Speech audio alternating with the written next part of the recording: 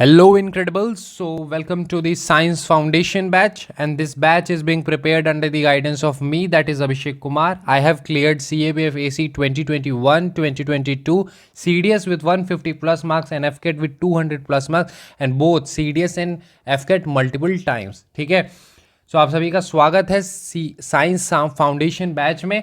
और ये पूरी बैच मेरे गाइडेंस के अंदर प्रिपेयर हुई है।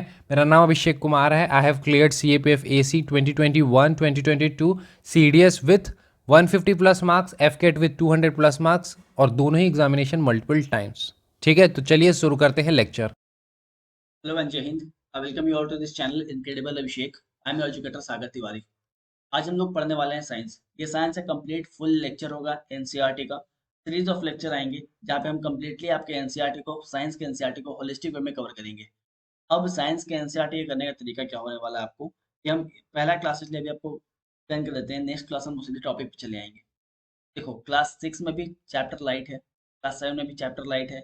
आपको लाइट 8 में भी पढ़ना है, 9 में आपको नहीं पढ़ना है, फिर आपको 10 में पढ़ना है लाइट चैप्टर। ठीक है, मतलब लाइट चैप्टर आपको एक एग्जांपल दे रहे हैं। ठीक है, तो हर क्लास में है मोरलेस, क्लास 9 में नहीं है बस। ठीक है, तो अगर हम क्लास 6 के एनसीईआरटी को केवल स्टार्ट करते हैं, 6 के एनसीईआरटी को हम लोग topic wise, chapter wise cover करेंगे।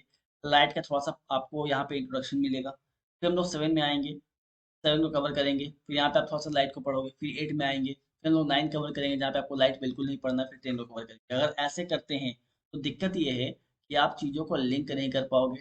दूसरा बात, क्लास 6 से 7 आते आते थोड़ा समय गुजरेगा आपका, जहाँ पे आप लाइट चैप्टर के बेसिक्स को भूल जाओगे। फिर 8 से 9 को 8 से 9 तो है ही नहीं, 8 से 10 पे आते आते 8 से 9 पढ़ेंगे हम लोग जहाँ पे आप लाइट नहीं पढ़ने वाले हो। फिर 10 पे पढ़ेंगे हम लोग जहाँ पे आप लाइट को अब दोबारा पढ़ोगे। तो क्या होगा कि आप एक चैप्टर को 4 और 5 बार पढ़ोगे।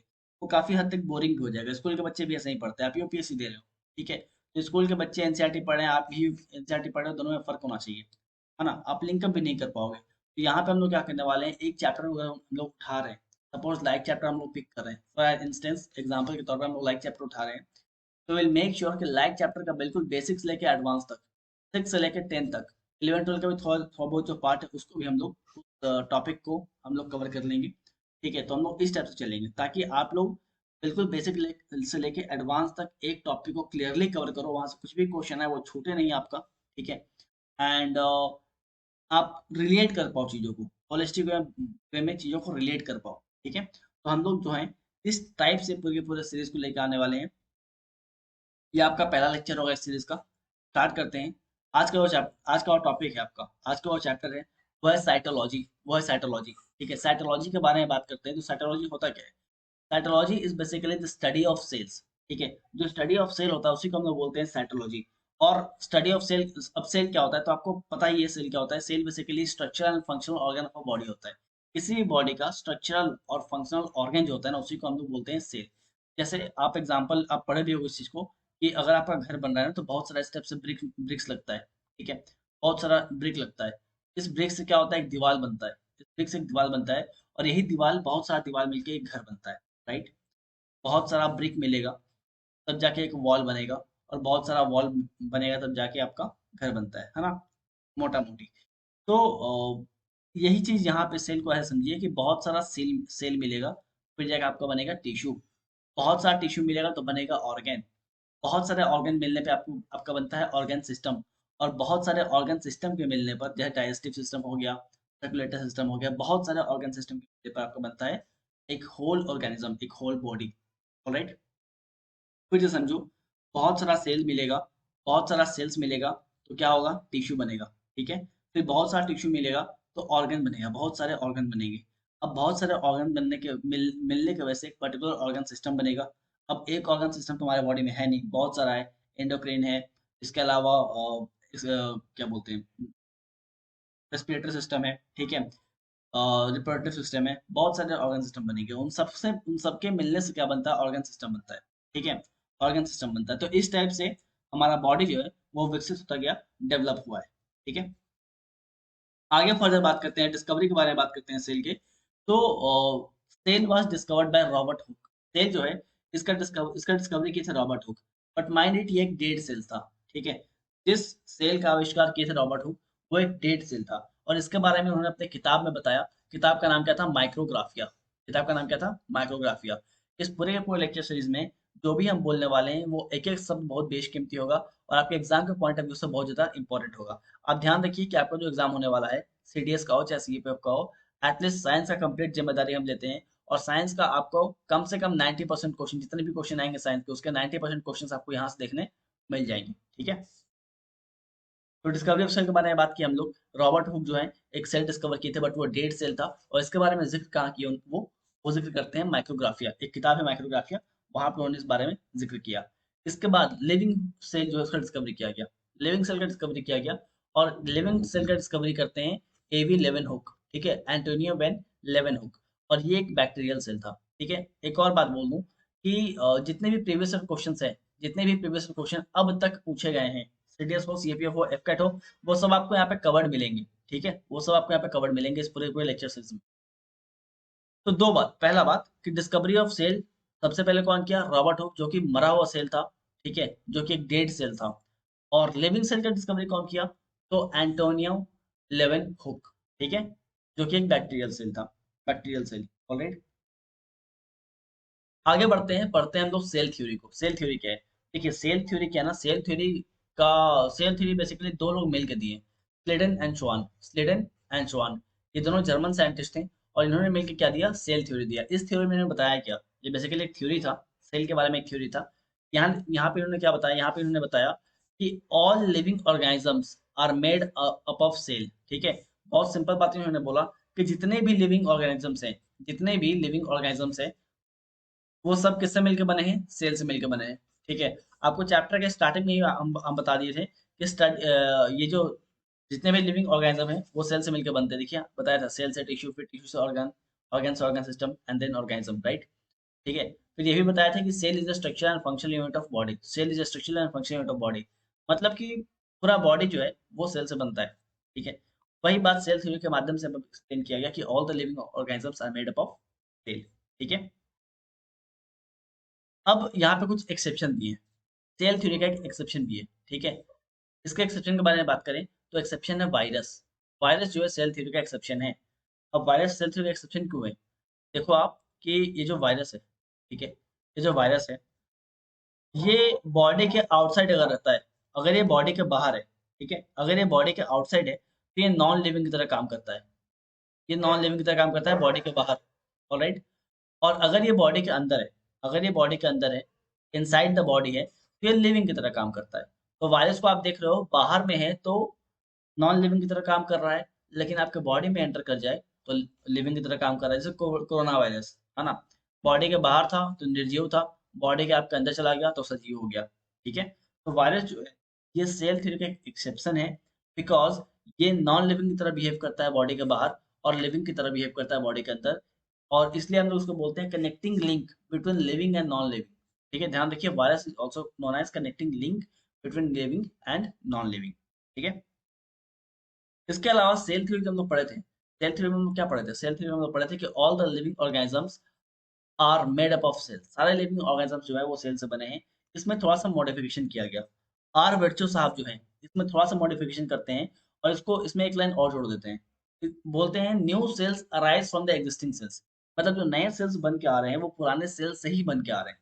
ठीक है, नए सेल्स जो है वो पुराने सेल से ही बन के आ रहे हैं। आप बाद में आगे चल के पढ़ोगे सेल डिवीजन के बारे में। ठीक है, जहाँ पे आप ऐसे देखो कि एक सेल है, सेल जो है वो क्या हो रहा है? डिवाइड हो रहा है।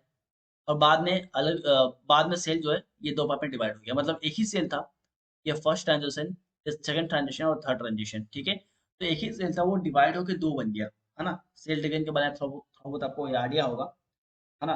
तो एक सेल दूसरे सेल में परिवर्तित हो गया, एक से दूसरा सेल बन के बाहर आया। वही बात यहाँ पे लिखा हुआ है, new sales arise from the existing sales. ठीक है, तो ये था आपका cell theory.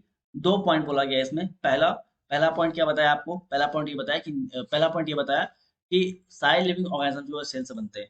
All living organisms are made of cell. और दूसरा सेल थ्योरी में क्या बात है? दूसरा बात ये है कि new cell arises from the existing cells. नया सेल जो है वो एग्जिस्टिंग सेल से ही बनता है। ठीक है, तो इन सारे बात को आप ध्यान रखिएगा।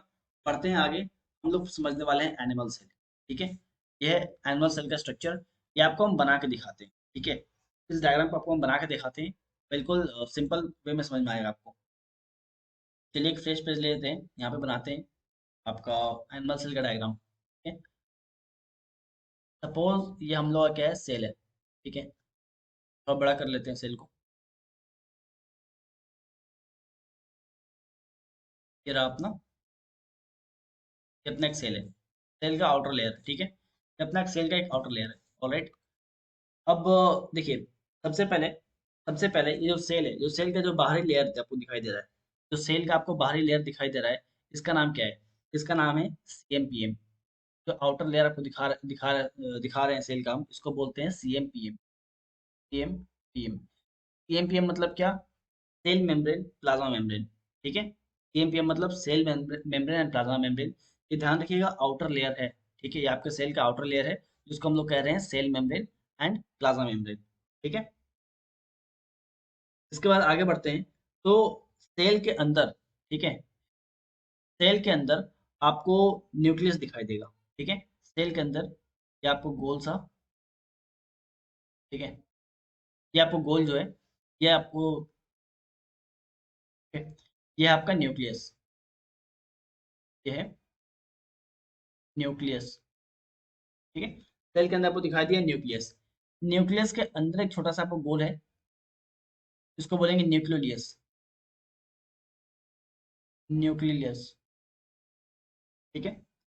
इसके अलावा सेल के अंदर आपको बहुत सारा इस टाइप से लिक्विड दिखाई देगा, बहुत सारा फ्लूइड दिखाई देगा। सेल के अंदर आपको बहुत सारा फ्लूइड दिखाई देगा। ये फ्लूइड होता है जो कि सेल के अंदर होता है, इसको बोलते हैं साइटोप्लाज्म। तो बोलते हैं साइटोप्लाज्म। साइटोप्लाज्म जो कि पूरी तरह अंदर में भरा हुआ है। ठीक है, इसके अलावा जो न्यूक्लियस था, इस न्यूक्लियस न्यूक्लियस के सामने से आपको एक इस टाइप से स्ट्रक्चर दिखाई देगा।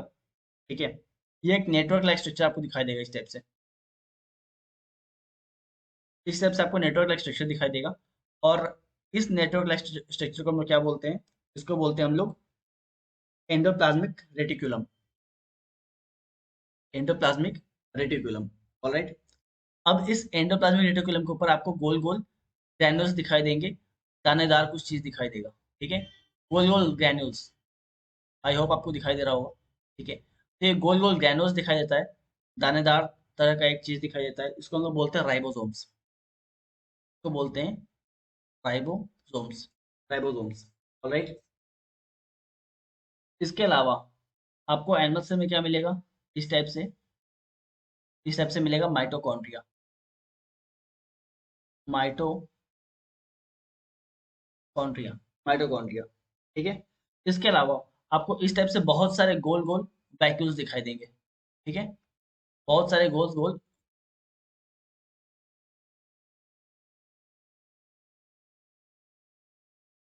इस टाइप से गोल गोल बहुत सारे आपको वैक्यूल दिखाई देंगे, वैक्यूल्स, वैक्यूल। ध्यान रखिए कि ये वैक्यूल आपको बहुत सारे दिखाई दे रहे हैं। ठीक है, ये वैक्यूल जो है ना, पूरे सेल में आपको दिखाई दे रहे हैं, पूरे सेल में आपको हर जगह ये वैक्यूल दिखाई देंगे, बहुत जगह दिखाई देंगे। ठीक है, इसके अलावा आपको एक इस टाइप से बैग लाइक स्ट्रक्चर दिखाई देगा। आपको इस टाइप से एक बैग लाइक स्ट्रक्चर दिखाई देगा, जिसको हम लोग बोलते हैं लाइजोसोम्स। लाइजोसोम्स, ठीक है, इस लाइजोसोम्स के अंदर आपको फ्लूइड दिखाई देगा। इस फ्लूइड को बोलते हैं हम लोग हाइड्रोलाइटिक एंजाइम्स। तो बोलते हैं hydrolytic enzymes, hydrolytic enzyme. Alright, इसके अलावा आपको जो न्यूक्लियस है उसके ऊपर एक ट्यूब लाइक स्ट्रक्चर दिखाई दे रहा होगा इस टाइप से। न्यूक्लियस के ऊपर आपको एक ट्यूब लाइक स्ट्रक्चर दिखाई दे रहा होगा। इस ट्यूब लाइक स्ट्रक्चर को हम लोग क्या बोलते हैं? इसको हम लोग बोलते हैं Golgi bodies. Golgi bodies, Golgi bodies. Alright, इसके अलावा आपको ये स्टार लाइक स्ट्रक्चर दिखाई दे रहा होगा, स्टार लाइक स्ट्रक्चर दिखाई दे रहा होगा सेल के अंदर, इसको बोलते हैं सेंट्रियोल। सेंट्रियोल, बस यही है, यही एनिमल सेल है।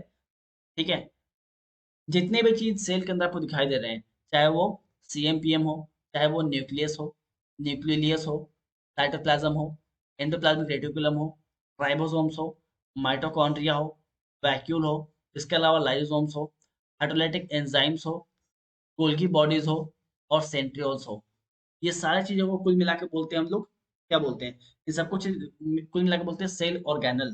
सेल ऑर्गेनल, सेल ऑर्गेनल मतलब क्या होता है कि एक सेल के भीतर, एक सेल के अंदर जितने भी ऑर्गेन्स हैं, जितने भी चीज हैं, उसको बोलते हैं सेल ऑर्गेनल। ठीक है, तो ये आपका कंप्लीट एनिमल सेल है।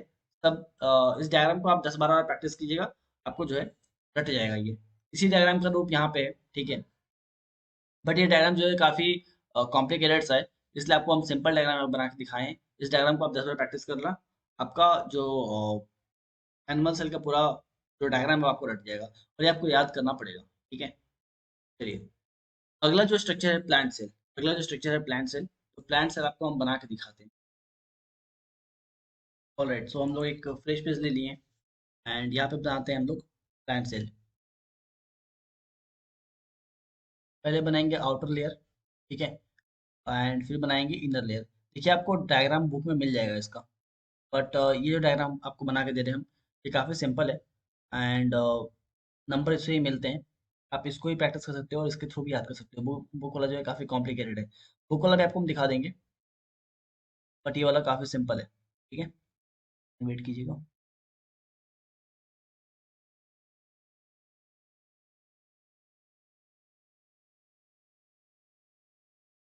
ऑलराइट, तो ये हम लोग मोटा मोटी बना लिए प्लांट सेल का डायग्राम, ठीक है। देखिए, इसमें क्या है कि जो इसमें आपको दो लेयर दिख रहा है। एनिमल सेल में हम लोग जो देखे थे वो एक लेयर था, ठीक है।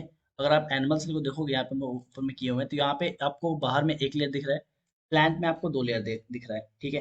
जो बाहर का लेयर है, ये जो आउटर लेयर है, ये क्या है? ये है सेल वॉल, ये है सेल वॉल। एनिमल सेल में भी आउटर लेयर क्या था? सेल वॉल था। और प्लांट सेल में भी आउटर लेयर सेल क्या है? सेल वॉल है। डिफरेंस कहाँ पे है? एनिमल सेल सेल में केवल एक सेल था, प्लांट एक आउटर लेयर केवल एक था, लेकिन आपको प्लांट सेल में दो लेयर दिखने मिल रहा है। बाहर वाले को बोलते हैं सेल वॉल, और अंदर वालों को क्या बोलते हैं? सीएमपीएम। अंदर वाले को बोलते हैं सीएमपीएम, मतलब सेल मेम्ब्रेन प्लाज्मा मेम्ब्रेन, ठीक है। एनिमल सेल में सेल वॉल नहीं था, सीधे क्या था? सीएमपीएम। आउटर लेयर क्या था? सीएमपीएम। लेकिन प्लांट सेल में आउटर लेयर जो है वो है सेल वॉल, इनर लेयर जो है वो है सीएमपीएम, ठीक है। That is cell membrane plasma membrane. इसके अलावा यहाँ पे भी आपको एक न्यूक्लियस देखने मिलेगा, यहाँ पे भी आपको देखने मिलेगा न्यूक्लियस, न्यूक्लियस, ठीक है। आपको यहाँ पे न्यूक्लियस के अंदर देखने मिलेगा न्यूक्लियोलियस, न्यूक्लियोलियस, ठीक है। इसके अलावा आपको एंडोप्लाज्मिक रेटिकुलम यहाँ पे देखने मिलेगा, यहाँ पे इस टाइप से नेटवर्क लाइक स्ट्रक्चर, जिसको बोलते हैं हम लोग एंडोप्लाज्मिक रेटिकुलम, यहाँ पे आपको देखने मिलेगा। इसके अलावा साइटोप्लाज्म, जो कि लिक्विड होता है सेल के अंदर, जो एनिमल सेल में भी आप देखे थे, वो भी आपको यहाँ मिलेगा। साइटोप्लाज्म, साइटोप्लाज्म भी आपको यहाँ पे देखने मिलेगा। इसके अलावा यहाँ पे आपको एक वैक्यूल देखने मिलेगा। ध्यान रखिए, एनिमल सेल में आपको बहुत सारे वैक्यूल देखने मिले थे, जितने भी छोटे छोटे ये आपको दिख रहे हैं ना, ये एनिमल सेल में आपको बहुत सारे स्मॉल वैक्यूल्स देखने मिले थे। एनिमल सेल में आपको बहुत सारे स्मॉल वैक्यूल देखने मिले थे, बट प्लांट सेल में आपको एक सिंगल लार्ज वैक्यूल मिलेगा, आपको एक ही वैक्यूल मिलेगा। प्लांट सेल में आपको एक ही वैक्यूल मिलेगा, जो कि सिंगल होगा और लार्ज होगा, सिंगल होगा और लार्ज होगा, ठीक है। और ये वैक्यूल जो है प्लांट के अंदर अंदर स्टोरेज सैक की तरह काम करता है। प्लांट के अंदर आपको स्टोरेज सैक की तरह काम करता है ये। And also also it provides rigidity to the plant cell, ठीक है। It provides rigidity rigidity to the plant cell, alright. तो ये आपका कंप्लीट जो है प्लांट सेल का डायग्राम है, ठीक है। यहाँ पे भी आप इस डायग्राम को देख सकते हो, ये भी आपका डायग्राम सही है, ठीक है। एंड ये भी आपका डायग्राम सही है, आपको एक डायग्राम बना सकते हो, ठीक है? अब डिफरेंस क्या है animal cell and plant cell में? यहाँ पे डिफरेंस देख लो, ये है प्लांट सेल और ये है एनिमल सेल। डिफरेंस क्या क्या है? प्लांट सेल में आपको सेल वॉल देखने मिला था, ठीक है। मतलब कि ये जो आउटर लेयर था प्लांट सेल का, प्लांट सेल का जो आउटर लेयर था, उसको बोलते हैं हम लोग सेल वॉल, उसको बोलते हैं सेल वॉल। इसके अलावा इनर लेयर जो था, उसको बोलते हैं हम लोग सीएमपीएम, सीएमपीएम, रिमेंबर। आउटर लेयर को बोलते हैं सेल वॉल और इनर लेयर को बोलते हैं सीएमपीएम। बट एनिमल सेल में ऐसा कुछ नहीं था, ठीक है। तो यहाँ पे आप देख लीजिए, प्लांट सेल जो है यहाँ पे सेल वॉल प्रेजेंट है, लेकिन एनिमल सेल में सेल वॉल एब्सेंट है। एनिमल सेल में डायरेक्टली क्या था? डायरेक्टली था आपका सीएमपीएम, ठीक है। प्लांट सेल में सेल वॉल प्रेजेंट है, एनिमल सेल में सेल वॉल एब्सेंट है। प्लांट सेल में प्लास्टिड प्रेजेंट है, प्लास्टिड, बट एनिमल सेल में प्लास्टिड नाम का कुछ नहीं था, ठीक है। एनिमल सेल में क्या था? सेंट्रियोल। सेंट्रियोल क्या था? आपको दिखाया था ना, स्टार लाइक स्ट्रक्चर। देखो, ये स्टार लाइक स्ट्रक्चर, ठीक है, इसको बोलते हैं सेंट्रियोल, ठीक है। बट आपको सेंट्रियोल प्लांट सेल में कहीं देखने नहीं मिलेगा। ठीक है, तो ध्यान रखिए, ये जो सेंट्रियोल है एनिमल सेल में प्रेजेंट है बट प्लांट सेल में एब्सेंट है। इसके अलावा वैक्यूल्स के बारे में बात किए थे, तो ये आपको बताया था कि एनिमल सेल में बहुत सारे छोटे छोटे छोटे वैक्यूल्स हैं, लेकिन प्लांट सेल में एक सिंगल लार्ज वैक्यूल मिलेगा। अगर आप डायग्राम को देखो यहाँ पे, तो एक सिंगल लार्ज वैक्यूल यहाँ पे आपको देखने मिल रहा है। ये येलो कलर से हम इसको पेंट कर दिए, देखो आपको सिंगल लार्ज वैक्यूल देखने मिल रहा है। लेकिन एनिमल सेल में देखो, आपको बहुत सारे वैक्यूल देखने मिल रहे हैं, छोटे छोटे बहुत सारे आपको वैक्यूल देखने मिल रहे हैं पूरे पूरे एनिमल सेल में। ठीक है, तो ये मेन डिफरेंस है, ये मेन डिफरेंस है। ऑलराइट, तो ये डिफरेंस ध्यान रखिएगा, इसके ऊपर भी क्वेश्चन पूछा गया है। ठीक है, ये भी आपका प्रीवियस ईयर क्वेश्चन है। बहुत सारे प्रीवियस ईयर क्वेश्चन आपके ऑलरेडी कवर कर चुके हैं इस चैप्टर के। आगे जो भी बता रहे हैं उसमें भी बहुत सारे प्रीवियस ईयर क्वेश्चन को मार्क करते चलेंगे। नहीं भी मार्क करेंगे तो आप समझ जाना, क्योंकि बहुत सारे प्रीवियस ईयर क्वेश्चन में कवर्ड है ऑलरेडी। ठीक है, चलिए आगे बढ़ते हैं, कुछ फैक्ट की तरफ आते हैं। पहला फैक्ट, सबसे स्मॉलेस्ट सेल कौन सा है? सबसे स्मॉलेस्ट सेल है पीपीएलओ या फिर माइकोप्लाज्मा। PPLO mycoplasma. पीपीएलओ क्या होता है? तो बहुत छोटा सा नाम है, ठीक है, और बहुत छोटा सा स्पेलिंग भी है। Pleuro pneumonia like organism. ठीक है, on a lighter note, seriously मत लेना। Pleuro pneumonia, pneumonia like organism, organism. ठीक है, खैर ये फुल फॉर्म वगैरह नहीं आता। आप जब भी एग्जाम में क्वेश्चन आए ना, पीपीएलओ लिखा हुआ है सीधा सीधा, ठीक है, तो आपको सीधा सीधा पीपीएलओ लिखा हुआ आएगा, प्लीरो निमोनिया लाइक ऑर्गेनिज्म समझ जाना, उसको मार्क कर देना। ठीक है, एक बात ध्यान रखो कि आप लोग जो है ना डिफेंस का एग्जाम, यूपीएससी का पेपर दे रहे हो, डिफेंस एग्जाम्स के लिए आप सीडीएस दे रहे हो, आप सीएपीएफ दे रहे हो, ठीक है, आप नीट नहीं दे रहे हो। ऑलराइट, तो इस बात को ध्यान में रखकर चलना, आपको हर एक चीज पता नहीं होना चाहिए, आपको मोटा मोटी आइडिया होना चाहिए। जितना भी नॉलेज रिक्वायर्ड है उससे ज़्यादा आपको हम प्रोवाइड कर रहे हैं, उतना आपके एग्जाम के लिए सफिशियंट है। आप नेट एग्जाम का प्रिपेयर नहीं कर रहे हो, तो बहुत ज़्यादा डिटेल में, बहुत ज़्यादा अंदर नहीं घुस रहे, लाइक 11 12 के बायोलॉजी में हम नहीं जा रहे हैं। तो थोड़ा बहुत कंसेप्ट 11 12 का आपको चाहिए, वो आपको हम टाइम टू टाइम जगह से जगह डिलीवर करते चले। ठीक है, तो स्मॉलेस्ट सेल जो है वो पीपीएलओ है, pleuropneumonia like organism. Full form आप नहीं भी याद करो कोई दिक्कत नहीं है, शॉर्ट फॉर्म याद रखो, माइक्रोप्लाज्मा भी याद रखो। लार्जेस्ट सेल कौन सा है? लार्जेस्ट सेल है आपका ऑस्ट्रिच एग, ऑस्ट्रिच एग। ठीक है, largest cell of human body क्या है? न्यूरॉन्स, तो हम नर्व सेल बोलते हैं। And smallest cell of human body कौन सा है? स्पर्म, जिसको हम आरबीसी बोलते हैं। ठीक है, अब प्रेफरेंस किसको देंगे? तो प्रेफरेंस देंगे स्पर्म को। ठीक है, अगर एग्जाम में 4 ऑप्शन है, स्पर्म, आरबीसी, डब्ल्यूबीसी या प्लेटलेट्स, ठीक है, तो हम लोग प्रेफरेंस देंगे स्पर्म को। और ऑप्शन में ऐसा है कि ऑप्शन 1 एंड 2 बोथ, ठीक है, इस टाइप का ऑप्शन है, तो स्पर्म और आरबीसी दोनों आंसर जो है आपका सही हो जाएगा। ठीक है, चलिए आगे बढ़ते हैं। अब बात करते हैं यूकैरियोटिक सेल्स के बारे में। ठीक है, यूकैरियोटिक सेल्स के बारे में बात करें तो इसका बेहतर होगा इसको आप डायग्राम देख के समझो इसका भी। यूकैरियोटिक सेल का आप डायग्राम देख के समझो। देखो दो टाइप का सेल होता है, एक होता है यूकैरियोटिक, एक होता है प्रोकैरियोटिक। यहाँ पे हम यूकैरियोटिक लिखे हुए हैं और यहाँ पे हम प्रोकैरियोटिक बताए हुए हैं। दोनों की चीजों को समझ के सर पे पत्थर मार के रटने से अच्छा है कि आप डायग्राम देख लो। ठीक है, एक बार डायग्राम देख लोगे भाई तो आपको याद हो जाएगा ये। ठीक है, डायग्राम देख लो, वेट अ मिनट। तो चलिए, ये आपका एक सेल है, ये सब आपका एक सेल है। ठीक है, इसको बड़ा कर लेते हैं थोड़ा सा। ये आपका एक सेल है, सेल में, सेल के अंदर, ठीक है, सेल के अंदर बहुत सारा लिक्विड है, सेल के अंदर बहुत सारा लिक्विड है। और आपको पता है कि सेल के अंदर जो लिक्विड होता है उसको हम लोग क्या बोलते हैं? हम लोग ऑलरेडी पढ़ चुके हैं, उसको बोलते हैं साइटोप्लाज्म। ठीक है, तो बोलते हैं साइटोप्लाज्म। ठीक है, ये आपका बड़ा सा सेल है एक। ठीक है, इस साइटोप्लाज्म के अंदर आपको क्या मिलेगा? इसके अंदर आपको एक और गोला, ठीक है, और ये आपका क्या है न्यूक्लियस। न्यूक्लियस नहीं है, सॉरी, ये आपका न्यूक्लियर मेम्ब्रेन। ठीक है, न्यूक्लियर मेम्ब्रेन, ठीक है, न्यूक्लियर मेम्ब्रेन। और न्यूक्लियर मेम्ब्रेन के अंदर आपको इस टाइप से मिलेगा, बिल्कुल कोल्ड लाइक स्ट्रक्चर में आपको मिलेगा डीएनए। ठीक है, ये कोल्ड लाइक जो स्ट्रक्चर है उसको बोलते हैं हम लोग डीएनए। ठीक है, तो बोलते हैं डीएनए। तो यहाँ पे आपको क्या दिख रहा है? देखिए न्यूक्लियर मेम्ब्रेन जो है वो डीएनए के साथ बिल्कुल चिपका हुआ है ना, और बाहर में जो न्यूक्लियर मेम्ब्रेन है वो साइटोप्लाज्म के साथ चिपका हुआ है, मतलब कोई दीवार नहीं है इन लोगों के बीच में। ठीक है, और इन दोनों को मिला के बोलेंगे, इन दोनों को मिला के बोलेंगे न्यूक्लियस, न्यूक्लियस। ठीक है, मतलब न्यूक्लियर मेम्ब्रेन और डीएनए दोनों को मिला के क्या बोल रहे हैं हम लोग? न्यूक्लियस। ठीक है, तो यहाँ पे देख लो आपको एक न्यूक्लियर मेम्ब्रेन मिल रहा है विच इज कवरिंग डीएनए। यहाँ पे न्यूक्लियर मेम्ब्रेन जो है डीएनए को कवर कर रहा है। ठीक है, और इन दोनों को मिला के बोल रहे हैं हम लोग न्यूक्लियस। सिंपल बात ध्यान रखो कि न्यूक्लियस जो है, ठीक है, न्यूक्लियस जो इसके अंदर न्यूक्लियर मेम्ब्रेन और डीएनए, ठीक है। चलिए, तो अब देखते हैं थोड़ा संक्षेप में। If a DNA of a cell is covered, ठीक है, अगर डीएनए का सेल, अगर जो सेल का डीएनए, देखिए सेल का डीएनए किससे कवर्ड है, न्यूक्लियर मेम्ब्रेन से कवर्ड है ना। तो ध्यान रखिए कि if a DNA of a cell is covered, then covered from the nuclear membrane, it is known as endoplasmic reticulum cell, ठीक है। Okay, endoplasmic, sorry, endoplasmic reticulum निकल गया मुंह से, यूकैरियोटिक सेल्स होगा, यूकैरियोटिक सेल्स।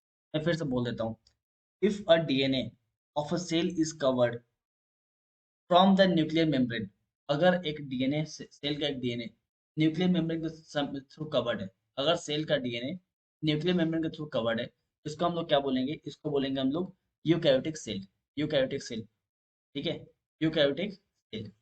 ऑलराइट, ठीक है। आप सिंपल ऐसे याद रखो कि यू मतलब होता है, यू मतलब होता है डेवलप्ड, यू मतलब होता है डेवलप्ड, ठीक है, डेवलप्ड। ऑलराइट, एंड कैरियो मतलब होता है न्यूक्लियस, कैरियो मतलब होता है न्यूक्लियस। सिंपल चीज ऐसे याद रखो, सिंपल चीज ऐसे याद रखो कि जो यूकैरियोटिक सेल है, जो यूकैरियोटिक सेल है, यहाँ आपको मिलेगा डेवलप्ड न्यूक्लियस, ठीक है। यूकैरियोटिक सेल में क्या मिलेगा आपको, डेवलप्ड न्यूक्लियस। सिंपल बात, सब चीज भूल जाओ, बस इतना याद रखो कि वो सेल जिसका न्यूक्लियस डेवलप्ड है, वो सेल जिसका न्यूक्लियस डेवलप्ड है, उसको बोलेंगे यूकैरियोटिक सेल। सिंपल इतना याद रखो, आपका काम हो जाएगा। वो सेल जो कि जिसका न्यूक्लियस डेवलप्ड है, उसको बोलेंगे eukaryotic cell, eukaryotic cell.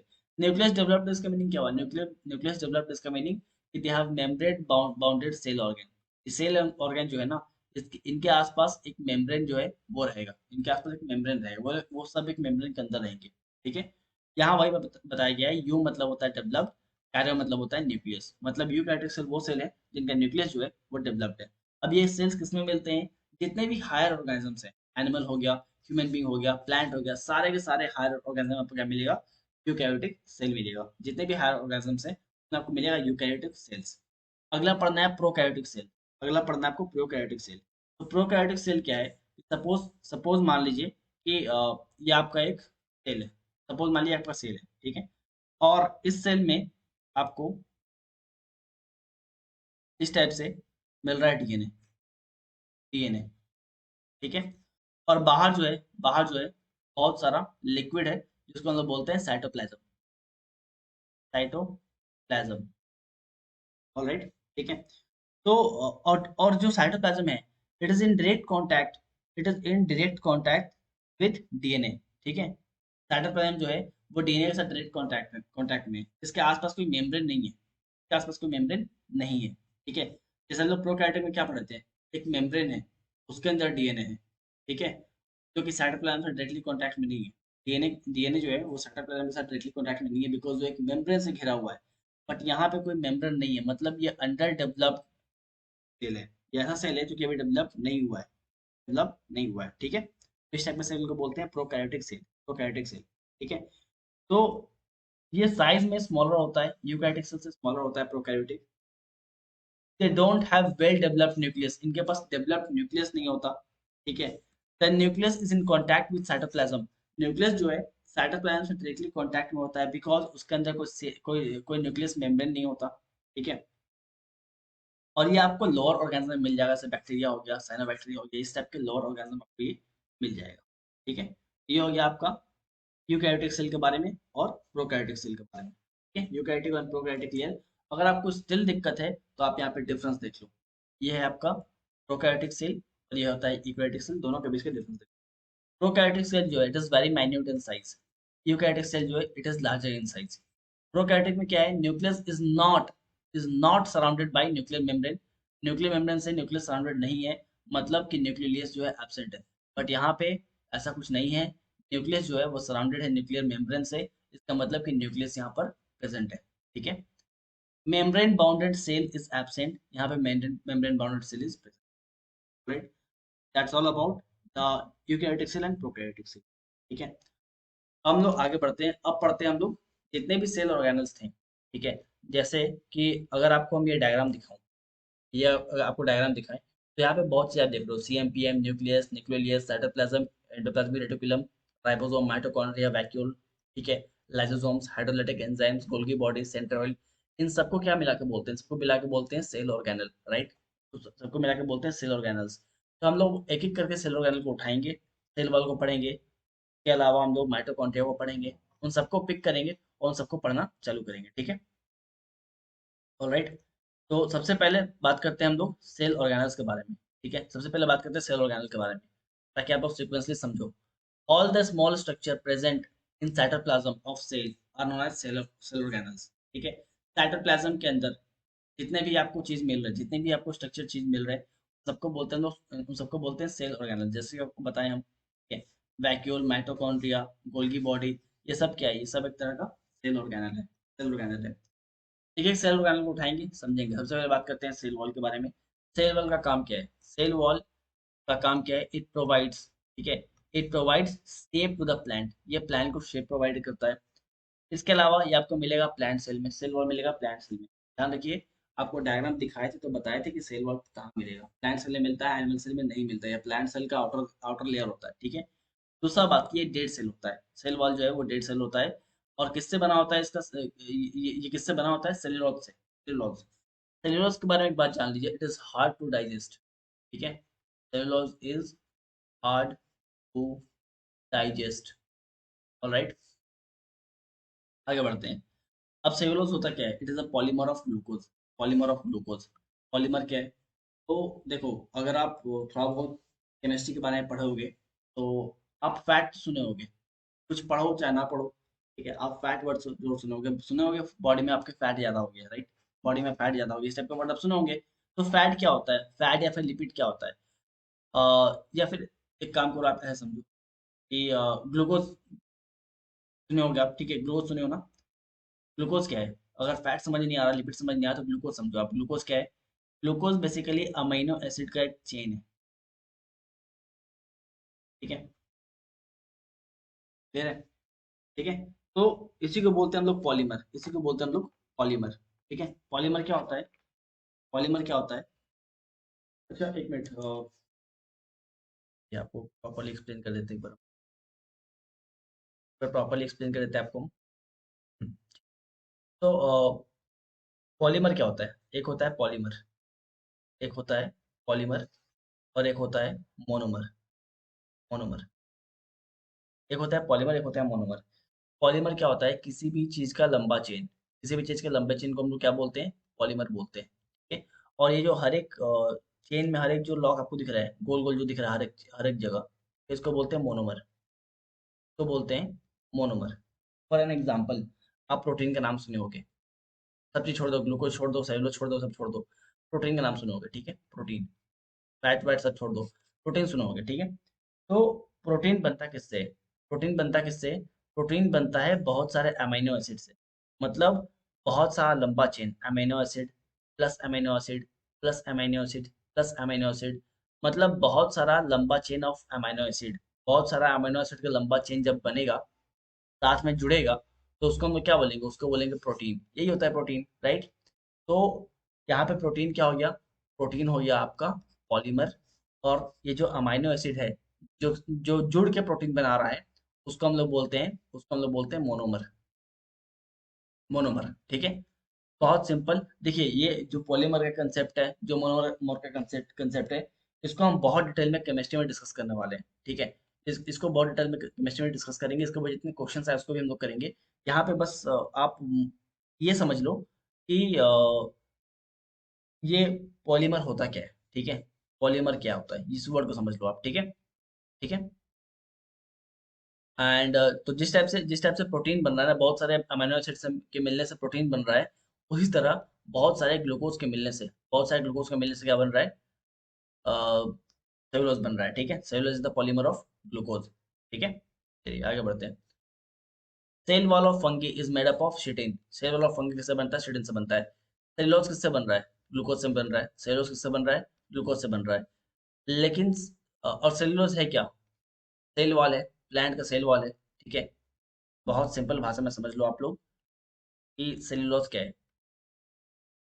Cellulose क्या है? डेड सेल है। किसका? प्लांट का किससे बन रहा है? ग्लूकोज से बन रहा है, ग्लूकोज से बन रहा है, ठीक है। इसके अलावा अगर बात करें हम लोग, तो ये सेल वॉल ऑफ फंगी को क्या बोलते हैं? चिटिन बोलते हैं। सेल वॉल ऑफ बैक्टीरिया को क्या बोलते हैं? पेप्टोग्लाइकन बोलते हैं, peptidoglycan. That's all about the cell wall. Cell wall के बारे में आपको इतना ही पढ़ा था।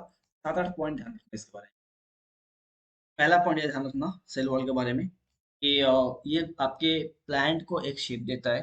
दूसरा, सेल वॉल केवल प्लांट सेल में मिलता है, एनिमल सेल में नहीं मिलता। तीसरा, ये एक डेड सेल है। चौथा, सेल वॉल जो है वो प्लांट में होता है। और cell of plant is made up of cell wall.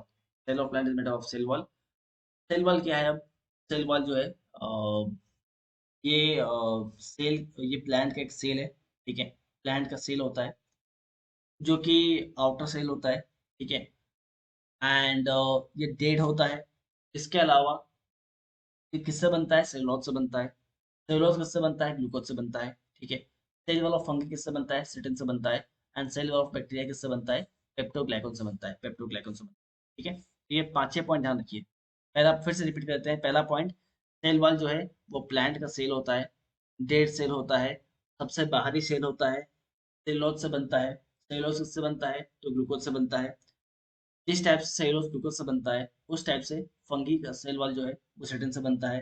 Bacteria का सेल वॉल जो है वो पेप्टोग्लाइकन से बनता है। दैट्स इट, ठीक है। इतना ही याद रखना, सेल वॉल से इतने ही क्वेश्चन आएंगे। आगे बढ़ते हैं प्लास्टिड की तरफ, ठीक है।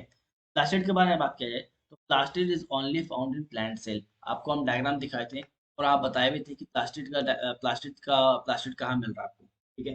तो प्लास्टिड जो है वो केवल और केवल मिलता है प्लांट सेल के अंदर। ध्यान रखिए, plastid is only only found in plant cell. Plant cell में आपको मिलता है ये। It contains DNA and ribosomes. Plastid जो है इसके अंदर आपको डीएनए मिल जाएगा और इसके अंदर आपको राइबोसोम मिल जाएगा, ठीक है। It is also known as semi autonomous organelle. इसको हम लोग सेमी ऑटोनोमस ऑर्गेनल बोलते हैं, ठीक है। सेमी ऑटोनोमस ऑर्गेनल मतलब क्या होता है? ऑटोनोमस मतलब ये होता है कि आप फ्री हो, इंडिपेंडेंट हो, ठीक है। सेमी ऑटोनोमस मतलब क्या होता है? सपोज मान लो कि आप पढ़ाई कर रहे हो, आपका कुछ ये क्या बोलते हैं, जो फीस है, आपका कुछ फीस जो है वो आपके फादर दे रहे हैं, ठीक है। और कुछ पैसे आप कोचिंग पढ़ा के कमा ले रहे हो, ठीक है। तो आप थोड़े से फ्री भी हो, थोड़ा सा फ्रीडम आपको मिला हुआ है, मतलब आप थोड़े से फादर पे डिपेंड हो और थोड़े से आप सेल्फ सफिशिएंट वाला काम कर रहे हो, है ना। तो इसी को बोलते हैं सेमी ऑटोनोमस, इसी को बोलते हैं सेमी ऑटोनोमस। अब प्लास्टिड के अंदर डीएनए है और राइबोसोम है। डीएनए और राइबोसोम है, और राइबोसोम क्या करता है? प्रोटीन बनाता है, प्रोटीन बनाता है। इसका मतलब कि प्लास्टिड को जो प्रोटीन चाहिए होता है वो ये खुद बना लेता है राइबोसोम के थ्रू, और कुछ कुछ ये बाहर से ले लेता है ना। इसलिए इसको बोलते हैं semi autonomous organelle, semi autonomous organelle. और टोटल 3 टाइप के प्लास्टिक होते हैं। पहले क्लोरोप्लास्ट, दूसरा क्रोमोप्लास्ट एंड ल्यूकोप्लास्ट, ठीक है। Chloroplast, chromoplast and leucoplast. Chloro, chromo and leuco, total 3 तरह के प्लास्टिड होते हैं, ठीक है। तीनों को समझे हम लोग। तो पहला है क्लोरोप्लास्ट, जो कि किचन ऑफ द सेल है, जहाँ पे खाना बन रहा होता है, ठीक है। जहाँ पे फोटोसिंथेसिस हो रहा होता है, खाना बन रहा होता है, मतलब कि जहाँ पे फोटोसिंथेसिस का प्रक्रिया जो है चल रहा होता है, ठीक है।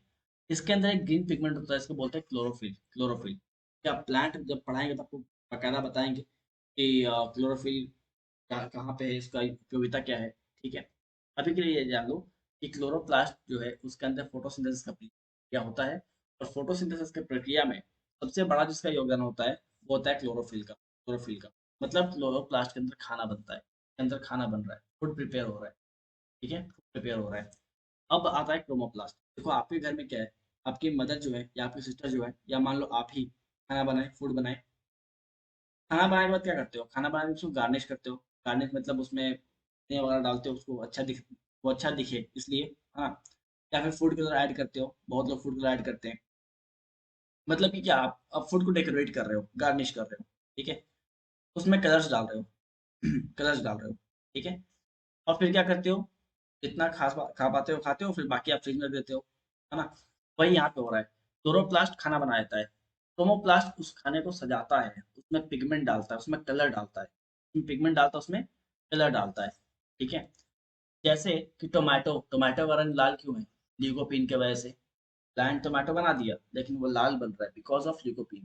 कैरेट का कलर जो है कैरोटीन की वजह से है। चिली का कलर जो है रेड है, क्यों? कैप्रिथीन की वजह से है। पपाया का कलर जो है कहाँ से आ रहा है, कैलिकैसिथिन की वजह से है। ठीक है। एप्पल और अनियन का कलर कैसे है, एंथोसायनिन की वजह से है। ठीक है, क्लियर है। प्लांट्स में फ्लावर होते हैं उनको भी कलर कहाँ से मिल रहा है, उनको भी कलर जो है कौन प्रोवाइड कर रहा है, क्रोमोप्लास्ट प्रोवाइड कर रहा है, क्रोमोप्लास्ट प्रोवाइड कर रहा है, इसकी वजह से पॉलिनेशन हो रहा है। प्लांट अट्रैक्टिव दिख रहा है, कीड़े मकोड़े उस पर आ रहे हैं, पॉलिनेशन। तो पहला क्या हुआ, क्रोमोप्लास्ट, फिर क्लोरोप्लास्ट, मतलब खाना बन गया। फिर क्रोमोप्लास्ट मतलब खाना को आप गार्निश कर दिए। अब खाना को कहीं रखोगे ना, प्लांट के पास तो फ्रिज है नहीं, है ना। तो प्लांट क्या करेगा, उसको कहाँ रखेगा। ठीक है। तो लिकोप्लास्ट यहाँ पे अपना रोल प्ले करता है। लिकोप्लास्ट कलर होता है, कलरलेस होता है, इसमें कोई पिगमेंट नहीं होता, इसलिए कलरलेस होता है। काम क्या है, फूड को स्टोर करने का, फ्रीज तो है नहीं। काम कौन करता है यहाँ पे फ्रीज का, लिकोप्लास्ट। ठीक है। एग्जाम्पल के तौर पे we eat potato that contains starch, starch will be stored in leucoplast. That's all about the plastid. Plastid के बारे में आपको इतना ही पढ़ना था। एक बार फिर से आप लोग प्लास्टिड से पूरा पार्ट देख लीजिए, ठीक है, ताकि कोई कंफ्यूजन ना रहे। तो देखिए, प्लास्टिड जो है मेनली तीन टाइप का होता है। ठीक है। प्लास्टिड जो है मेनली तीन टाइप का होता है, chloroplast, chromoplast and Leukoplast. Chloroplast का काम क्या है, क्लोरोप्लास्ट का काम यह है कि खाना प्रिपेयर करता है, फूड प्रिपेयर करता है ये। ठीक है। फिर आता है क्रोमोप्लास्ट। क्रोमोप्लास्ट का ये है कि फूड में पिगमेंट्स डालता है, फूड में पिगमेंट्स डालता है मतलब फूड में कलर प्रोवाइड करता है। जैसे टमाटर का कलर प्रोवाइड करता है, कैरेट का, चिली का, पपाया का, एप्पल अनियन का, इन सब का कलर प्रोवाइड करता है। It also helps in pollination. ठीक है। इसके अलावा आता है लिगोप्लास्ट। मतलब यहाँ पे क्या होता है, यहाँ पे फूड जो है स्टोर होता है, यहाँ पे फूड क्या होता है, स्टोर होता है। ठीक है। तो प्लास्टिक का तीन पार्ट जो है वो ध्यान रखिए। पढ़ते हैं आगे। अब बात करते हैं लाइसोसोम्स के बारे में। लाइसोसोम्स के बारे में बात किया है तो लाइसोसोम्स क्या है, it is the suicidal bag of the cell. Suicidal bag है ये सेल का। अगर आपको डायग्राम याद हो लाइसोसोम्स का, आपको हम दिखाया जाए डायग्राम। ये रहा, एक सेकंड। ये सेल के अंदर इस टाइप से कुछ जो है, इस टाइप से एक बैग लाइक स्ट्रक्चर होता है, सैक लाइक स्ट्रक्चर होता है, इसको बोलते हैं लाइसोसोम्स। ठीक है। सेल के अंदर एक सैक लाइक स्ट्रक्चर होता है, इसको हम लोग बोलते हैं लाइसोसोम्स। यहाँ पे आपको दिख रहा होगा डायग्राम, ये रहा, ये रहा लाइसोसोम्स। ठीक है। ये ये जो सैक लाइक स्ट्रक्चर है ना, जो बैग लाइक स्ट्रक्चर है, इसको बोलते हैं लाइसोसोम, इसको बोलते हैं लाइसोसोम्स। ऑलराइट। अब इसमें क्या होता है, इसमें जो है ना हाइड्रोलाइटिक एंजाइम्स होता है। यहाँ पे आपको लाइसोसोम दिख रहा होगा यहाँ पे। ठीक है। इसमें क्या होता है, इसमें होता है हाइड्रोलाइटिक एंजाइम्स, हाइड्रोलाइटिक एंजाइम्स, जो कि फूड को डाइजेस्ट करने में हेल्प करता है। ठीक है। जो है फूड को डाइजेस्ट करने में हेल्प करता है। ओके, चलिए आगे बढ़ते हैं। तो it contains hydrolytic enzymes. Hydrolytic enzymes क्या होता है, ये basically top 24 type of liquid का मिक्सचर होता है। ठीक है। अब ये इसका दो फंक्शन होता है। पहला पहला फंक्शन होता है हमारे ह्यूमन बॉडी के अंदर, और दूसरा फंक्शन होता है यूनिसेलुलर ऑर्गेनिज्म के अंदर। यूनिसेलुलर ऑर्गेनिज्म मतलब वो ऑर्गेनिज्म जिसके पास वन सेल्स है, जिसके पास सिंगल सेल है। तो यूनिसेलुलर ऑर्गेनिज्म में ये फूड को डाइजेस्ट करने में हेल्प करता है। एमोबिया हो गया, एमोबा हो गया। ठीक है। तो एमोबा के अंदर जो फूड वगैरह है ना, उसको डाइजेस्ट करने में हेल्प करता है लाइसोसोम्स। और हमारे ह्यूमन बॉडी में क्या होता है, ह्यूमन बॉडी में जो डेड सेल्स है, ठीक है, जो डेड सेल्स है उसको डाइजेस्ट करने में हेल्प करता है, उसको डाइजेस्ट करने में हेल्प करता है। ठीक है। तो डाइजेशन का काम होता है, डाइजेशन का काम होता है लाइसोसोम्स का। ठीक है। लाइसोसोम्स, लाइसोसोम्स के अंदर हाइड्रोलाइटिक एंजाइम्स क्या काम करता है, डाइजेशन का। क्या डाइजेशन करता है, हमारे ह्यूमन बॉडी के अंदर डेड सेल का डाइजेशन करता है। और जो यूनिसेलुलर ऑर्गेनिजम्स है उसके अंदर ये जो यूनिसेलुलर ऑर्गेनिजम्स है उसके अंदर फूड के डाइजेशन में करते हैं। राइट। आगे बढ़ते हैं एंडोप्लाज्मिक रेटिकुलम के ऊपर। एंडोप्लाज्मिक रेटिकुलम जो है, आपको दिखा दिखा था डायग्राम में कि एक स्ट्रक्चर था, हाईवे लाइक स्ट्रक्चर था। ठीक है। और आपको डायग्राम याद हो एंडोप्लाज्मिक रेटिकुलम का, तो एक हाईवे लाइक स्ट्रक्चर था। बताऊं आपको, ये है आपका एंडोप्लाज्मिक रेटिकुलम, ये है एंडोप्लाज्मिक रेटिकुलम। ये आपको जो हाईवे लाइक स्ट्रक्चर दिखाई दे रहा है, इसको बोलते हैं हम लोग एंडोप्लाज्मिक रेटिकुलम, जिसके ऊपर आपको राइबोसोम्स में दिखता होगा, ग्रैन्यूल्स दिखता होगा। ऑलराइट। तो एंडोप्लाज्मिक रेटिकुलम की बात करें तो ये हाईवे लाइक स्ट्रक्चर है। Because it helps in synthesis, मतलब synthesis and transport of new substance in cell. ठीक है, तो सेल्स में न्यू सब्सटेंस के ट्रांसपोर्ट वगैरह में, सिंथेसिस वगैरह में हेल्प करता है, इसलिए इसको हम लोग हाईवे ऑफ द सेल बोलते हैं, हाईवे ऑफ द सेल बोलते हैं। ठीक है, it acts as an intercellular transporting system. इसका एक और काम है, ये सेल को कहीं ना कहीं शेप प्रोवाइड करता है, ये कहीं ना कहीं सेल को है शेप प्रोवाइड करता है। It also help in membrane biogenesis. ER मतलब एंडोप्लाज्मिक रेटिकुलम। एंडोप्लाज्मिक रेटिकुलम जो है, it synthesises protein and lipid. ये प्रोटीन और लिपिड भी प्रिपेयर करता है। ठीक है, ये प्रोटीन और लिपिड भी प्रिपेयर करता है सेल के अंदर, और इस प्रोसेस को बोलते हैं मेम्ब्रेन बायोजेनेसिस, मेम्ब्रेन बायोजेनेसिस। ठीक है, आगे बढ़ते हैं। ये दो तरह का होता है, एक होता है रफ, एक होता है स्मूथ। देखिए, ये था हाईवे लाइक स्ट्रक्चर। ठीक है, ये हाईवे लाइक स्ट्रक्चर है, तो बोलते हैं एंडोप्लाज्मिक रेटिकुलम। अब ये स्मूथ है, अगर इसके ऊपर कोई ग्रैन्यूल्स नहीं है तो इसको बोलते हैं हम लोग स्मूथ एंडोप्लाज्मिक रेटिकुलम। लेकिन इसके ऊपर आपको अगर ग्रैन्यूल्स दिख गया, इस टाइप से अगर आपको ग्रैन्यूल्स दिख गया, ठीक है, ये जो दानेदार दानेदार स्ट्रक्चर है, ग्रैन्यूल्स है, ये आपको दिख गया, तो इसको बोलते हैं रफ एंडोप्लाज्मिक एंडोप्लाज्मिक रेटिकुलम। ठीक है, तो दो टाइप का होता है, एक होता है R E R, that is rough endoplasmic reticulum. दूसरा होता है S E R, that is smooth endoplasmic reticulum. ठीक है, आर ई आर जो है, उसके ऊपर ग्रैन्यूल्स आपको मिल जाएगा। ठीक है, एंड इसका काम क्या होता है, हार्मफुल सब्सटेंस को डिटॉक्सिफाई करना। ठीक है, process of detoxification held in liver so that liver has more number of RER। ठीक है, तो ये जो RER है, that is rough endoplasmic reticulum है, ये आपको मोस्टली कहाँ मिलता है, कहाँ मिलता है आपको, लिवर में। ध्यान रखिएगा इस पॉइंट को, सबसे ज्यादा कहाँ मिलता है, ये लिवर में। ठीक है, स्मूथ के बारे में बात करें तो ये भी आपको लिवर से में ही मिलता है। एंड इसमें क्या होता है, इसमें जो ग्रैन्यूल्स होते हैं, ठीक है, जो ग्रैन्यूल्स होते हैं वो मौजूद नहीं होते, वो एब्सेंस होते हैं। ग्रैन्यूल्स जो है वो क्या होते हैं, यहाँ पे एब्सेंस होते हैं, वो एब्सेंस होते हैं। ठीक है, इसीलिए स्मूथ दिखता है। इसका काम है लिपिड प्रिपेयर करना। लिपिड मतलब फैट। ठीक है, लिपिड को आप ऐसा देखिए, लिपिड जो है काइंड ऑफ फैट, ऐसा देखिए। ठीक है, ऑलराइट, आगे बढ़ते हैं। ठीक। अगला सेल ऑर्गेन जो हम लोग को पढ़ना है, वो है गोल्गी बॉडीज। गोल्गी बॉडी जो है, एक साइंटिस्ट है कैमिलियो गोल्गी, इनके नाम पे इसका डिस्कवरी हुआ। बेसिकली यही डिस्कवरी की थी, इसलिए इनका नाम पे, इस सेल ऑर्गेन का नाम रख दिया गया गोल्गी बॉडी। इसको हम लोग एक और नाम से जानते हैं, store house of the cell, store house of the cell. ठीक है, store house of the cell, कोशिका का स्टोर हाउस। ठीक है, सेल मतलब होता है हिंदी में कोशिका, उसको बोलते हैं इसको कोशिका का स्टोर हाउस। इसका काम कैसा काम है, storage, packaging and secretion of cell material. ठीक है, सेल के अंदर जो है स्टोरेज करना, पैकेजिंग करना, ठीक है, और सिक्रेशन करना। It also takes part in formation of lysosomes. ये लाइन वेरी इंपॉर्टेंट है। लाइसोसोम्स जो आपको बताया था हम, ठीक है, जो आपको लाइसोसोम्स खाने बताए थे हम, ये एक सैक लाइक स्ट्रक्चर होता है, इसके फॉर्मेशन में हेल्प करता है गोल्गी बॉडीज। देखिए, बेसिकली सेल ऑर्गेनल्स के बारे में, सारे सेल ऑर्गेनल्स के बारे में दो तीन पॉइंट्स आपको ध्यान रखने हैं। आगे बढ़ते हैं राइबोसोम की तरफ। राइबोसोम के बारे में बात किया जाए तो इसके अंदर आरएनए और प्रोटीन बनता है, इसीलिए इसको बोलते हैं protein factory of the cell. ठीक है, राइबोसोम के अंदर बनता है आरएनए और प्रोटीन, इसलिए इसको बोलते हैं protein factory of the cell.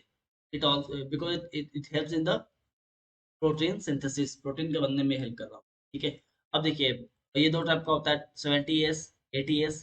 ठीक है, बट ये सब आपको नहीं पढ़ना है, ये एक्स्ट्रा पॉइंट हम दे दिए हैं। ध्यान रहे कि आपको नीट का एग्जाम नहीं देना है। ठीक है, आपको ये सब बुक्स में मिल जाएंगे, इसलिए हमें लिख दिए ताकि आप लोग बुक में देखे कंफ्यूज मत हो। ठीक है, 70S ribosome, 80S ribosome, S मतलब होता है सेटरबर्ग यूनिट, ये सब आपको नहीं पढ़ना है। ठीक है, आप बस राइबोसोम के बारे में इतना पॉइंट पढ़ लो, उतना इनफ है, ये आपको नहीं पढ़ना है। ठीक है, चलिए, ये अगेन 70S 80S आपको नहीं पढ़ना है आपको। आगे बढ़ते हैं, सेंट्रियोल और सेंट्रोसोम। ठीक है, सेंट्रियोल के बारे में बात करते हैं। सेंट्रियोल का एक और नाम होता है सेंट्रियोसोम। आपको बताए थे कि जो सेल है, सेल में जो आपको स्टार लाइक स्ट्रक्चर दिख रहा है, सेल में आपको जो स्टार लाइक स्ट्रक्चर दिख रहा है, एनिमल सेल में, ध्यान देखिए एनिमल सेल का बात हो रहा है, प्लांट सेल का बात नहीं हो रहा। ठीक है, एनिमल सेल में जो स्टार लाइक स्ट्रक्चर है उसको बोलते हैं हम लोग सेंट्रियोल या फिर सेंट्रियोल। सेल डिवीजन में इसका हेल्प होता है, ये it takes part in cell division. तो बाद बात करते हैं वैक्यूल्स के बारे में। ठीक है, वैक्यूल्स के बारे में बात करें तो वैक्यूल बताया था आपको, एनिमल सेल में ही मिलेगा, प्लांट सेल में भी मिलेगा। एनिमल सेल में आपको बहुत सारे स्मॉल वैक्यूल्स मिलेंगे, ठीक है, लेकिन प्लांट सेल में आपको सिंगल वैक्यूल मिलेगा, सिंगल वैक्यूल मिलेगा, single sorry single large vacuole मिलेगा, ठीक है। एनिमल सेल में आपको बहुत सारे स्मॉल वैक्यूल्स मिलेंगे, प्लांट सेल में आपको सिंगल लार्ज वैक्यूल मिलेंगे, इस बात को ध्यान रखिएगा। दूसरा बात करें तो वैक्यूल्स जो है, वैक्यूल जो है इसके ऊपर एक लेयर होता है, वैक्यूल के ऊपर भी एक लेयर होता है, एक एक मेम्ब्रेन होता है, तो बोलते हैं टोनोप्लास्ट, ठीक है। वैक्यूल के ऊपर भी एक लेयर होता है, उसको बोलते हैं हम लोग टोनोप्लास्ट, टोनोप्लास्ट, ठीक है। चलिए, इसके अलावा वैक्यूल के अंदर यहाँ पे मेंशन नहीं है, बट जान लीजिए कि वैक्यूल के अंदर जो है, वैक्यूल के अंदर एक फ्लूइड होता है, वैक्यूल के अंदर एक फ्लूइड होता है जिसको बोलते हैं cell sap, cell sap. Vacuole contains a fluid which is known as cell sap. अब ये इस फ्लूइड में क्या होता है, इस फ्लूइड में दो चीज होता है, एक होता है वाटर, एक होता है मिनरल्स, ठीक है, वाटर एंड मिनरल्स। तो वैक्यूल जो है वो एनिमल सेल में मिलेगा, प्लांट सेल में मिलेगा। एनिमल सेल में आपको छोटे छोटे बहुत सारे वैक्यूल्स मिलेंगे, प्लांट सेल में सिंगल लार्ज वैक्यूल मिलेगा। वैक्यूल के अंदर फ्लूइड होता है, उसको बोलते हैं सेल सैक, और इसमें होता है वाटर और मिनरल्स, वाटर एंड मिनरल्स। आगे है न्यूक्लियस। न्यूक्लियस न्यूक्लियस जो है ये बेसिकली आरएनए के सिंथेसिस में हेल्प करता है, ठीक है, आरएनए के सिंथेसिस में, मतलब आरएनए को बनाता है बॉडी के अंदर, ठीक है। चलिए, तो आपका डन हो गया। ये जो पार्ट है इसको हम डायग्राम बताए थे, यहाँ पे क्या लिखा हुआ है। बेसिकली यहाँ पे ये बताने की कोशिश किया गया है कि सेल ऑर्गेनल जो है, सेल ऑर्गेनल जो है, ठीक है, हमारे पास जितने भी सेल ऑर्गेनल है वो तीन पार्ट में डिवाइडेड है, तीन पार्ट में वो डिवाइड है। कुछ ऐसे सेल ऑर्गेनल्स हैं जिनके आसपास डबल मेम्ब्रेन है, डबल मेम्ब्रेन, ठीक है, मतलब कि एक सेल ऑर्गेनल जो है इसके ऊपर दो लेयर है, जिस सेल ऑर्गेनल के ऊपर दो लेयर हो जाएगा उसको बोलेंगे डबल मेम्ब्रेन। अब ऐसे कौन से सेल ऑर्गेनल हैं जिनके पास डबल मेम्ब्रेन है? Mitochondria, mitochondria, mitochondria cell organelle है जिसके पास डबल मेम्ब्रेन है। इसके अलावा प्लास्टिड, प्लास्टिड ये भी ऐसा सेल ऑर्गेनल है जिसके ऊपर डबल मेम्ब्रेन है। अब बात करते हैं ऐसे सेल ऑर्गेनल्स के बारे में जिसके पास सिंगल मेम्ब्रेन है, जिसके पास सिंगल मेम्ब्रेन है। तो ध्यान रखिए, एंडोप्लाज्मिक रेटिकुलम के ऊपर सिंगल मेम्ब्रेन आता है, इसके बाद गोल्गी बॉडी के ऊपर सिंगल मेम्ब्रेन आता है, वैक्यूल्स के ऊपर सिंगल मेम्ब्रेन आता है। ये क्वेश्चन आया हुआ है इसलिए आपको मैं अलग से बता रहा हूँ, ठीक है। और ऐसा कौन सा सेल ऑर्गेनल है जिसके ऊपर कोई मेम्ब्रेन नहीं है? No membrane, no membrane. ऐसा कौन सा सेल ऑर्गेनल ऑर्गेनल है जिसके ऊपर कोई मेम्ब्रेन नहीं है? तो राइबोसोम्स, राइबोसोम्स, ठीक है, राइबोसोम्स, इसके ऊपर कोई मेम्ब्रेन नहीं है, ठीक है, ओके। चलिए, तो आज के लिए इतना ही, मिलते हैं अपने अगले लेक्चर में अपने अगले टॉपिक के साथ। तब तक के लिए धन्यवाद, जय हिंद।